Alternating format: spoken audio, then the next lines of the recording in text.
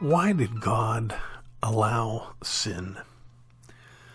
Well, that's one shorthand version of the urethropro objection to God's existence, that because suffering exists, it must mean either God is not all-powerful or he is not all good. If he was all good, then he would get rid of all of human suffering, unless he wasn't able to, in which case he wouldn't be all-powerful.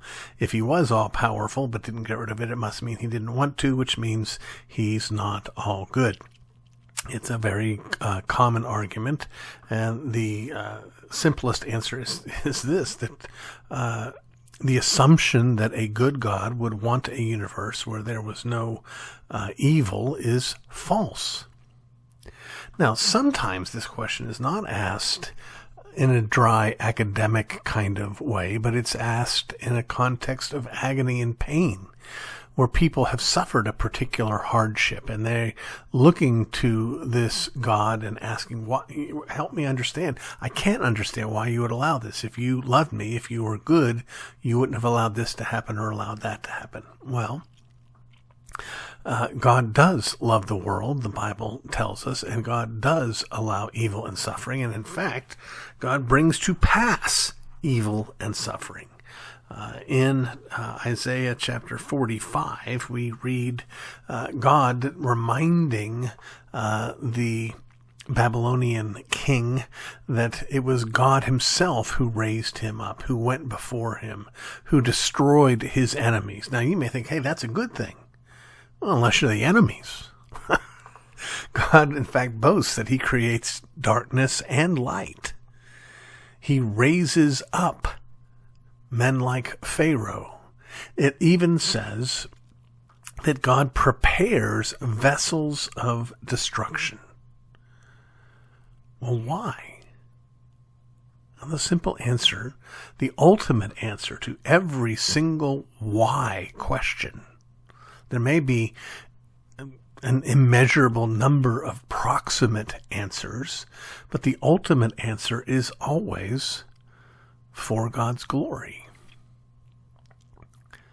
That's why God makes vessels fit for destruction, to make known the glory of his judgment and his wrath.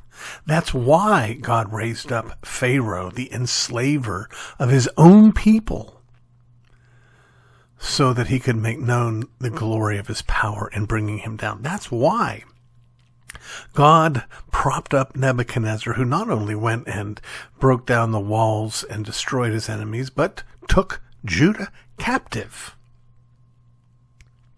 Friends, the question is principally upside down.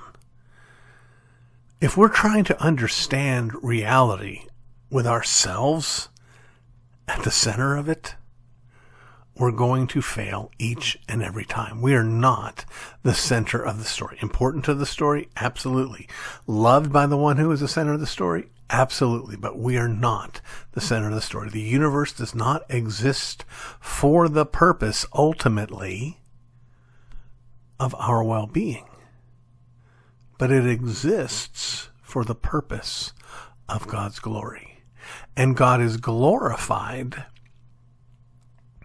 in bringing judgment against evil. Now, let's be very careful here. That means tearing down people like Pharaoh. That means tearing down people like Nebuchadnezzar. That means tearing down Hitlers. But we got to remember that every last one of us is evil. But the glorious truth is that there will never, ever be an evil, never, ever be a single sin ever committed that will not receive its just reward. Every single sin will. God will manifest his justice. For those who are outside of Christ, they will be the recipients of that justice. But those who by his grace have come to rest in the work of Christ will have had their sins justly dealt with on the cross. Finished forever and ever. Why does God allow evil? Same reason he does everything he does. For his glory.